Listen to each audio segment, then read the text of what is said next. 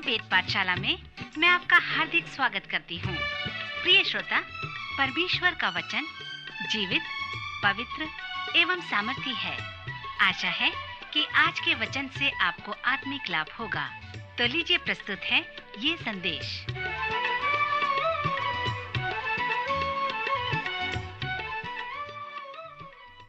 नमस्कार श्रोता मित्र, वेद पाठशाला की अगली कक्षा में आपका स्वागत है। यह कक्षा संपूर्ण पवित्र शास्त्र के सर्वेक्षण का एक भाग है, जिसके द्वारा आप पवित्र शास्त्र को समझ सकते हैं। पिछले दिनों में मैं आपको मत्ती रचित सुसमाचार का परिचय दे रहा था और इस चरण में भी मैं उसे आगे ले जाना चाहता हूँ। पिछले चरण में मैंने आपको सलाह दिया था कि मत्ती के सुसमाचार में आप यीशु के उस योजना को देखें। श्रोता, यह महत्वपूर्ण बात है कि हम इस बात को स्मरण करें कि यीशु के पास एक महान कार्य था और वह उस कार्य को जानता था और उस कार्य को पूरा करने के लिए उसके पास योजना था। उसने अपनी कलीसिया में किस योजना को लागू किया, इसका अर्थ ये है कि हम उसकी योजना में आप और मैं भी भाग ले सकते हैं। जैसे आप मत्ती के सुसमाचार को पढ़ते हैं तो आप सुसमाचार में स्वर्ग के राज्य के विषय में उसके महत्व के वर्णन को पाएंगे। चारों लेखकों का इस विषय पर अलग अलग महत्व है, इसलिए हमारे पास यीशु की जीवनी का एक नहीं वरन चारों सुसमाचार में है। प्रथम सुसमाचार में मत्ती स्वर्ग के राज्य के विषय में बार बार उल्लेख करता है। सो इससे उसका क्या तात्पर्य है? प्रथम मत्ती के कहने का तात्पर्य यह है कि यीशु मसीह राजा है और उसके पास राज्य है। यूहन्ना रचित सुसमाचार में यूहन्ना इस सच्चाई को प्रस्तुत करता है कि यीशु मसीह परमेश्वर का एकमात्र पुत्र है, एकमात्र समाधान है और एकमात्र उद्धार करता है। यूहन्ना के अनुसार यदि आप उद्धार प्राप्त करना चाहते हैं तो आपको ये विश्वास करने की आवश्यकता है कि यीशु मसीह ही प्रभु है और वह परमेश्वर का पुत्र है। सो यूहन्ना अपने सुसमाचार में आपको बताएगा कि कैसे उद्धार प्राप्त किया जा सकता है, परंतु मत्ती के अनुसार ऐसा नहीं है। कभी कभी लोग कहते हैं और योजना बनाते हैं कि वे अपनी योजना और समय के अनुसार यीशु को ग्रहण करें, परंतु यहाँ पर जो विषय है कि यीशु को आप अपनी योजनानुसार ग्रहण करने की बात नहीं है, परंतु जो महत्वपूर्ण बात है वह इस प्रकार है कि यीशु मसीह चाहता है कि आप उसके योजना में फिट हो सकें। मत्ती यहाँ पर जिस बात को प्रस्तुत करता है वह इस प्रकार है कि यीशु पहाड़ की चोटी पर एक सभा कर रहे हैं और पहाड़ के नीचे वे सब लोग हैं जिनके पास समस्याएं हैं। पहाड़ की चोटी में चेलों का एक छोटा दल है जो यीशु से शिक्षा प्राप्त कर रहे हैं ताकि वे उन लोगों की समस्याओं के समाधान का एक भाग बन सकें। सो मत्ती जिस बात को बता रहा है कि क्या आप उस समस्या के एक भाग हैं या उस समस्या के समाधान के एक भाग हैं। मत्ती के अनुसार कि जब तुम मसीही हुए तो ऐसी बात नहीं कि आप अपने ही समाधान करें, परंतु आप उसके समाधान के एक भाग बन जाएं। जो लोग पहाड़ के नीचे हैं, जिनके पास समस्याएं हैं, उनके समस्याओं का आप समाधान कर सकें।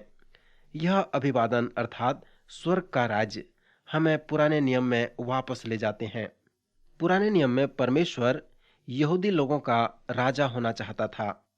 परमेश्वर के राज्य के विषय में पुराने नियम के सर्वेक्षण में मैंने बताया था, आपको याद होगा जब शमूएल नबी बना था और परमेश्वर के लोगों का न्यायी था, तब लोगों ने शमूएल के पास आकर कहा, हमें यह व्यवस्था पसंद नहीं है। परमेश्वर उनका राजा बनना चाहता था और ये चाहता था कि वे लोग उसके राज्य के लोग हों। सो इसका मतलब यह है कि यह राज्य परमेश्वर की योजना में था, यह परमेश्वर का निर्देशात्मक इच्छा में था, परंतु इस्राएली प्रजा उस राज्य को नहीं चाहते थे। उन्होंने शमूएल से कहा, हम नहीं चाहते कि परमेश्वर हमारा राजा हो, हम उस प्रकार के राजा को चाहते हैं जो दूसरे लोगों के पास में है। परंतु परमेश्वर उनके लिए ऐसा नहीं चाहता था। वह स्वयं उनका राजा बनना चाहता था, परंतु लोगों को ये पसंद नहीं था। पुराने नियम की 6 पुस्तकें राजकीय साहित्य कहलाते हैं। ये 6 पुस्तकें बताते हैं कि जब परमेश्वर के लोगों ने परमेश्वर को राजा मानने से इनकार कर दिया, तब परमेश्वर ने सामुएल से कहा, तुम इसे अपने में न लो। वे तुझे इनकार नहीं कर रहे हैं, वरन वे मुझे इनकार कर रहे हैं। समूएल, यदि वे राजा चाहते हैं तो हम उन्हें राजा देंगे। सो उनको राजा मिल गया। पहला व दूसरा शमूएल, पहला व दूसरा राजा और पहला व दूसरा इतिहास राजकीय साहित्य है। इतिहास की पुस्तक उस संपूर्ण समय की घटना का वर्णन करता है, क्योंकि वह बहुत ही महत्वपूर्ण समय है। परमेश्वर के लोगों को अपनी इच्छा से राजा मिल गया और फिर अनेक प्रकार की समस्याएं उनके पास आई। उनके राजा ने ही उन्हें 2 राज्यों में बांट दिया। वे सताए गए, फिर बंधुआई में ले लिए गए। अश्शूरियों ने उत्तरी राज्य को बंधुआई में ले लिया और फिर बेबीलोन ने दक्षिणी राज्य को बंधुआई में ले लिया। जब दक्षिणी राज्य के लोग बाबुल की बंधुआई से वापस आए, तब पुराने नियम का समापन होता है। फिर आपके पास 400 वर्ष का शांत रहने का समय है। इसी समय परमेश्वर के लोग रोम द्वारा जीत लिए गए और उसके पश्चात वो शांत समय अंत होता है। यूहन्ना बपतिस्मा देने वाला और यीशु परमेश्वर के राज्य का शुभ संदेश लेकर आते हैं और प्रचार करने लगते हैं। सुमति इसे स्वर्ग का राज्य कहता है और वह शुभ समाचार इस प्रकार है कि परमेश्वर फिर से तुम्हारा राजा होना चाहता है। श्रोता, जब आप इस राज्य के विषय यीशु के उपदेश शिक्षा को सुनते हैं, तो आप उसे कहते हुए इस प्रकार सुनेंगे कि यह राज्य भौगोलिक राज्य नहीं है, परंतु इस राज्य का विषय प्रत्येक व्यक्ति के लिए व्यक्तिगत है। और वह विषय इस प्रकार है कि क्या आप अपना हृदय परमेश्वर को समर्पित करेंगे? क्या आप परमेश्वर को अपना राजा होने देंगे?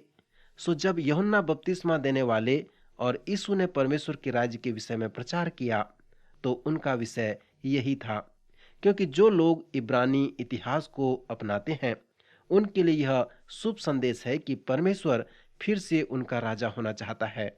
इस समय परमेश्वर का राज्य वह राज्य नहीं है, परंतु परमेश्वर का राज्य प्रत्येक पुरुष, प्रत्येक स्त्री, प्रत्येक जवान और वे सभी लोगों जो स्वेच्छा से परमेश्वर को अपना राजा मानना चाहते हैं, उनके लिए है। यीशु ने निकोदेमुस से कहा, जब तक किसी का नया जन्म न हो, वह परमेश्वर के राज्य को नहीं देख सकता और उसमें प्रवेश भी नहीं कर सकता। जब यीशु ने यूहन्ना के 3 अध्याय में निकोदेमुस से इस प्रकार बातें किया, तो वह मरने के बाद स्वर्ग के बारे में बातें नहीं कर रहा था। वह इस प्रकार नहीं कह रहा था कि जब तक तुम्हारा नया जन्म नहीं होगा, तब तक तुम मरने के बाद स्वर्ग को कभी नहीं देखोगे। मरने के बाद स्वर्ग का विषय यीशु का विषय नहीं था, परंतु परमेश्वर का राज्य एक पवित्र शास्त्र का विषय है, जो पुराने नियम के राज्य की साहित्य से प्रारंभ होता है। और वह विषय है कि परमेश्वर राजा है और हमेशा राजा के पास राज्य होता है। राजा के पास प्रजा होता है। जिस प्रकार वह राज्य करता है, परमेश्वर राजा है और उसके पास प्रजा है जिस पर वह राज्य करता है। श्रोता मित्र, यहाँ पर एक चुनौती है कि क्या परमेश्वर आपका राजा है और क्या आप उसके राज्य के प्रजा हैं? जब आप इस प्रकार देखेंगे कि परमेश्वर आपका राजा है और वह आपका राजा होना चाहता है, और जब वह आपका राजा हो जाता है, तब आप परमेश्वर के राज्य को देखने पाते हैं और उसके राज्य में प्रवेश करते हैं। मत्ती इन विषय को स्वर्ग का राज्य कहता है। सुमति जब कहता है स्वर्ग का राज्य, जिसका अर्थ परमेश्वर का राज्य है, स्वर्ग वो स्थान है जहां परमेश्वर रहता है और राज्य करता है। स्वर्ग में कुछ ऐसी बातें हैं जो परमेश्वर चाहता है, जिसे हम जीवन के आत्मिक आयाम कहते हैं, और उसे हम इस पृथ्वी पर भी अनुभव कर सकते हैं। इसलिए परमेश्वर ऐसे लोगों को देख रहा है जो उसके पास आए, उसके प्रजा बन जाए और उसके औजार बन जाए, जिनके द्वारा उसकी इच्छा इस पृथ्वी पर प्रकट हो सके, जब यीशु ने हमें सिखाया कि प्रार्थना किस प्रकार करनी चाहिए, तब यीशु ने कहा, इस प्रकार से प्रार्थना करो कि हे हमारे पिता, तू जो स्वर्ग में है, तेरा नाम पवित्र माना जाए। परमेश्वर के नाम का अर्थ है कि उसका महत्व कि वह क्या है। आप जो प्रार्थना करते हैं वो इस प्रकार है, हे परमेश्वर, यदि कोई मेरे नाम को जाने या न जाने, इसमें मुझे कोई मतलब नहीं, परंतु लोग तेरे नाम को जानने पाएं। और जिस प्रकार मैं अपना जीवन निर्वाह करता हूँ, उससे मैं ये प्रदर्शित करता हूँ कि तू कौन है। फिर आप इस प्रकार विनती करते हैं, तेरा राज्य आए। दूसरे शब्दों में कहें तो तू मेरा राजा बन जा, मेरे ऊपर राज्य कर, और मैं तेरी प्रजा बनूंगा और तेरी इच्छा और तेरे राज्य की बढ़ोतरी के लिए इस पृथ्वी पर उसे पूरा करूंगा। श्रोता, चेलों के इस प्रार्थना में जो तीसरी विनती है, जो इस प्रकार है, तेरी इच्छा जैसे स्वर्ग में पूरी होती है, वैसे इस पृथ्वी पर भी पूरी हो। यहाँ पर जो हम प्रार्थना कर रहे हैं कि हे पिता, कोई मेरे नाम को जाने या ना जाने, परंतु वे तेरे नाम को जाने और वे तुझे जाने। मैं अपना राज्य स्थापित नहीं कर रहा हूँ, परंतु मैं इस पृथ्वी पर तेरे राज्य को देखना चाहता हूँ। और इससे मेरा जो तात्पर्य है कि इस पृथ्वी पर मैं तेरी इच्छा को पूरा होते हुए देख सकूं। जिस प्रकार तेरी इच्छा स्वर्ग में पूरी होती है, उसी प्रकार मेरे जीवन द्वारा तेरी इच्छा को पूरा करके उसे मैं देखना चाहता हूँ।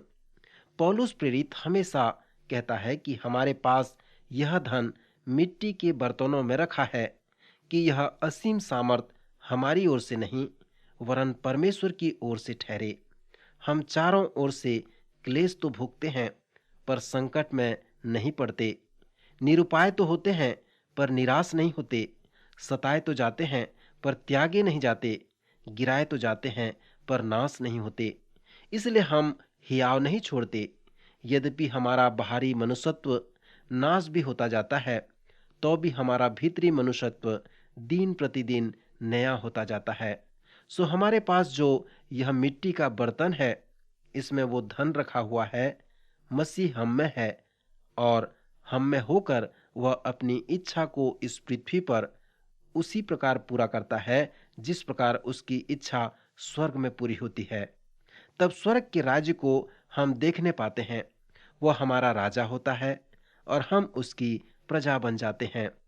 Doctor GC. मोर्गन के अनुसार स्वर्ग के राज्य की परिभाषा इस प्रकार है। वे कहते हैं कि स्वर्ग का राज्य ईश्वरी है। इसमें मनुष्य राजा नहीं बनता, वरन परमेश्वर राजा होता है। प्रत्येक प्राणी कहे कि मैं परमेश्वर के अधिकार के अधीन में हूँ। वह मेरा राजा है, मैं उसकी प्रजा हूँ। यह व्यक्तिगत है। जब आप इस बात को जान जाते हैं कि मत्ती रचित सुसमाचार का संपूर्ण विषय स्वर्ग के राज्य का विषय है, तब आप अपने आप से इस प्रकार प्रश्न पूछें कि मेरे लिए स्वर्ग के राज्य का क्या अर्थ है। मेरे जीवन के लिए स्वर्ग के राज्य का आत्मिक प्रयोग क्या है। यूहन्ना बपतिस्मा देने वाला और यीशु हमें इस प्रकार कह रहे हैं। उस प्रश्न का उत्तर देते हुए बताते हैं कि स्वर्ग का राज्य निकट है। वो हमें बताते हैं कि स्वर्ग का राज्य यहाँ पर मेरे व आपके सामने है। और हमारे सामने जो चुनौती है वो इस प्रकार है कि क्या हम परमेश्वर को अपना राजा मान रहे हैं? क्या हम उसकी प्रजा कहलाते हैं?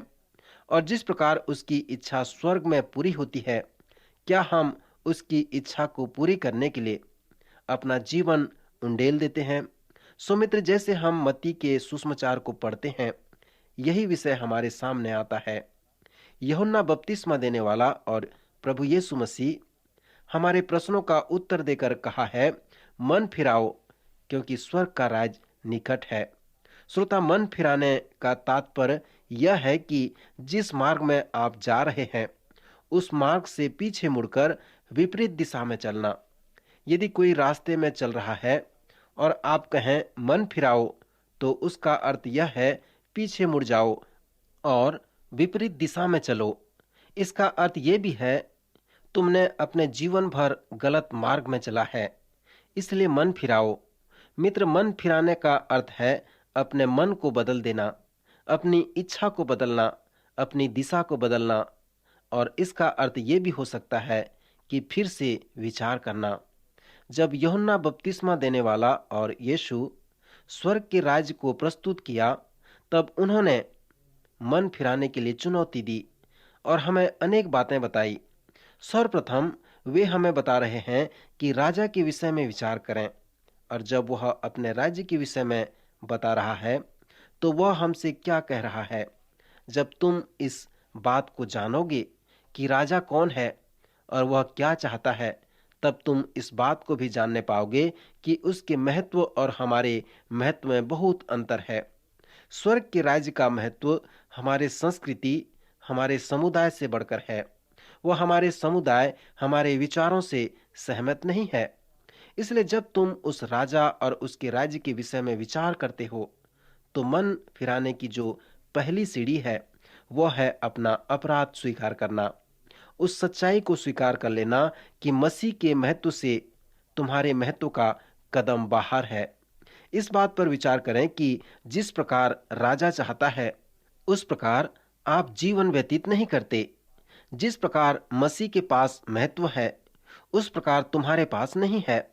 अनेक वर्ष पहले जब एशिया ने कोरिया के लोगों को मार गिराया, तब संपूर्ण संसार के लोग आश्चर्य करने लगे और कहने लगे कि रशिया के लोगों को मनुष्य के जीवन का महत्व नहीं मालूम। हमारे पास जीवन का जैसा महत्व है, उस प्रकार उनके पास नहीं है। श्रोता, यहाँ पर जो चुनौती है कि क्या आपके महत्व का तरीका राजा के महत्व के जैसा है।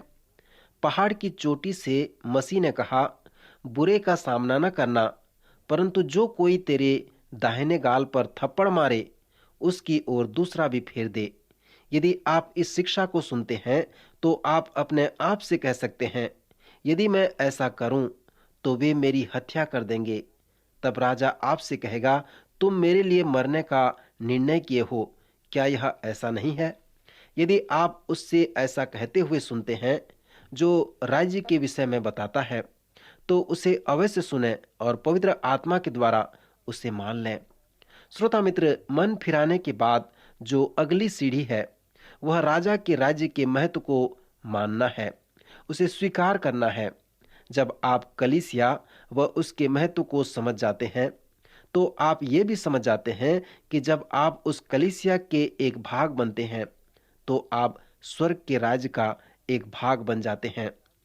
सो स्वर्ग के राज्य का महत्व आपके जीवन के मूल्य को बताएगा। मन फिराने का जो उपदेश है और जो व्यवहारिक प्रयोग है, वह इस प्रकार है कि राज्य के विषय में विचार करो। मत्ती की पुस्तक में यीशु के सभी शिक्षाओं पर विश्वास करो और स्वर्ग के राज्य के महत्व पर भी विश्वास करो। एक महान प्रचारक थे जिन्होंने चर्च के विषय में अद्भुत रूप से वर्णन किया कि यह क्या है। उन्होंने कहा, कलीसिया कुछ लोगों का झुंड है जो 3 घेरे में है। पहला जो उन्होंने बताया, स्वीकार करना या मान लेना। वे लोग जो कलीसिया के हैं, वे स्वर्ग के सिद्धांत को मान लेते हैं, जैसे यीशु ने मत्ती में सिखाया है। दूसरा जो बात है कि वे सब जो यह मान लेते हैं कि यीशु मसीह हमारा राजा है, वे सब स्वर्गीय राज्य के नागरिक बन जाते हैं। पवित्र शास्त्र हमें बताता है कि हम एक ऐसी देह के अंग हैं जिसके अनेक सदस्य हैं और हम सब उस देह से संबंधित हैं। जब एक सदस्य को चोट लगती है तो संपूर्ण देह को चोट पहुंचती है। इसलिए जो चुनौती है कि परिवर्तित हो जाओ और एक हो जाओ। फिर तीसरा विषय जो उन्होंने बताया, वह इस प्रकार है, जानने वाला विषय है। जब आप स्वर्ग के राज्य के विषय को समझ जाते हैं, जो आप जानने वाले बन जाते हैं और आप इस बात का अनुभव करते हैं कि कलीसिया एक सुसमाचार प्रचार करने की संस्था है और वह हमें जानने के लिए इस बड़े शब्द को बताता है। और आप अपने राजा के आवाज को इस प्रकार कहते हुए सुनेंगे कि मेरे लिए तुम इस संसार के अंत तक जाओ और सबों को मेरे विषय में बताओ। श्रोता, यह मत्ती रचित सुसमाचार के परिचय को समाप्त करता है। अब हम मत्ती के सारांश को अध्ययन करने के लिए तैयार हैं। मत्ती रचित सुसमाचार का प्रारंभ प्रभु यीशु मसीह के जीवनी से प्रारंभ होता है। मत्ती यीशु को यहूदियों में प्रस्तुत करता है। वह उनसे कहता है, हे यहूदियों, यहाँ पर तुम्हारा राजा है। आप किसी यहूदी को उसके राजा का जीवनी जब तक नहीं बताते, तब तक आप उसे उसके राजा का परिचय नहीं दे सकते। इसलिए मत्ती ने जीवन के साथ प्रारंभ किया। ध्यान करें कि इस जीवन का प्रारंभ आदम से नहीं हुआ है। यह जीवन इब्राहिम तक वापस जाता है, क्योंकि मत्ती यहूदियों के सामने मसीह को प्रस्तुत कर रहा है। सो वह ये दिखाना चाहता है कि यीशु मसीह इब्राहिम के वंशज का है। लूका के 3 अध्याय में लूका उस जीवनी को बताते हुए आदम तक जाता है, क्योंकि लूका के पास अलग प्रकार का विषय व उद्देश्य था।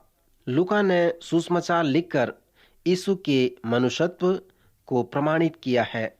उसने इस बात को दिखाया कि यीशु मसीह आदम के वंशज का है और यीशु स्वयं उस मनुष्यत्व को जाना।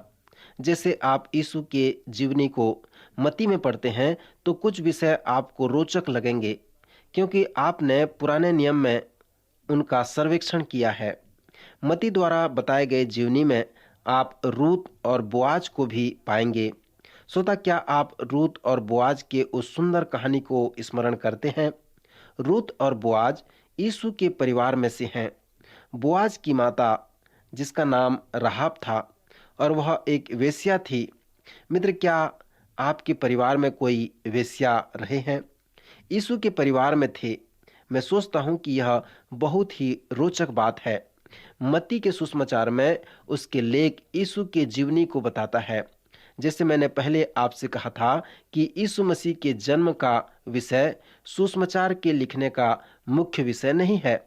हम मसीही लोग बड़े दिन को महत्व देते हैं, परंतु सुसमाचार में वे हमें ईस्टर के महत्व को बताते हैं। मरकुस व यूहन्ना यीशु मसीह के जन्म के विषय में नहीं बताते, परंतु मत्ती हमें इसके विषय में थोड़ा बताता है। सो जब वह यीशु के जन्म के विषय में बताता है तो कुंवारी के द्वारा यीशु के जन्म पर ध्यान दें। विज्ञान व जीव विज्ञान के व्याख्याताओं के मतों के अनुसार मुझे आश्चर्य होता है। वे मसीहत पर विश्वास करते हैं, परंतु वे कुंवारी मरियम के द्वारा बच्चे के जन्म पर विश्वास नहीं करते। सुसमाचार का लिखने वाला हमसे कहता है कि परमेश्वर मनुष्य बना। मित्र, क्या आप इस पर विश्वास करते हैं? क्या आप विश्वास करते हैं कि परमेश्वर मनुष्य बना ताकि वह हमारा उद्धार कर सके और हमारे साथ वार्तालाप कर सके? यदि आप विश्वास करते हैं कि परमेश्वर मनुष्य बना, तो ये क्यों विश्वास नहीं करते कि वह अलौकिक रूप से मनुष्य बना? पुराने नियम के नबी और सुसमाचार के लेखक हमें बताते हैं कि कुंवारी गर्भवती होगी और वह पवित्र आत्मा के प्रभाव से होगा और वह पुत्र जनेगी। उसका नाम यीशु होगा। मरियम का पति यूसुफ, जो धर्मी था और उसे बदनाम करना नहीं चाहता था, उसे चुपके से त्याग देना चाहता था।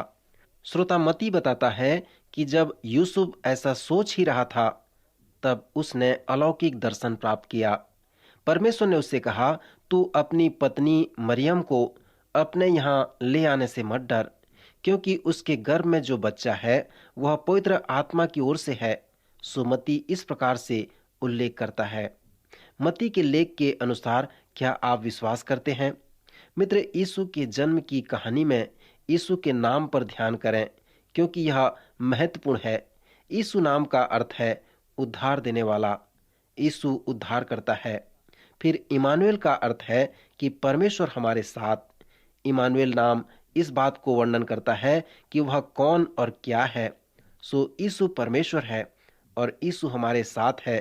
यदि आप इस पर विश्वास करते हैं, तब मैं सोचता हूं कि आप उस कुंवारी द्वारा यीशु के जन्म पर विश्वास करने पाएंगे और उस अलौकिक कार्य पर प्रतीति करेंगे।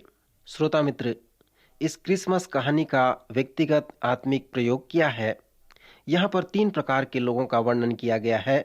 प्रथम वो ज्योतिषी, जो यीशु को प्रणाम करने के लिए, भेंट चढ़ाने के लिए ढूंढ रहे थे। दूसरे वे हैं जो धर्मी प्रवृत्ति के लोग हैं और वे मसीह के बारे में जानने के लिए, परंतु वे उसके अंग नहीं बनना चाहते थे, उससे मिलना नहीं चाहते थे। फिर तीसरे प्रकार के जो लोग हैं वो हेरोदेस के जैसे हैं, जो यीशु से घृणा करते हैं। मित्र, आप भी इस संसार में तीन प्रकार के लोगों में पाए जाते हैं। जो यीशु से घृणा करते हैं, उसके लोगों से, विश्वासियों से घृणा करते हैं। यदि आपका भी परिचय यीशु मसीह द्वारा होता है तो लोग आपसे घृणा करेंगे, आपसे बैर रखेंगे, परंतु आपको चाहिए कि आप मसीह में स्थिर बने रहें। प्रभु इन वचनों द्वारा आपको आशीष दे।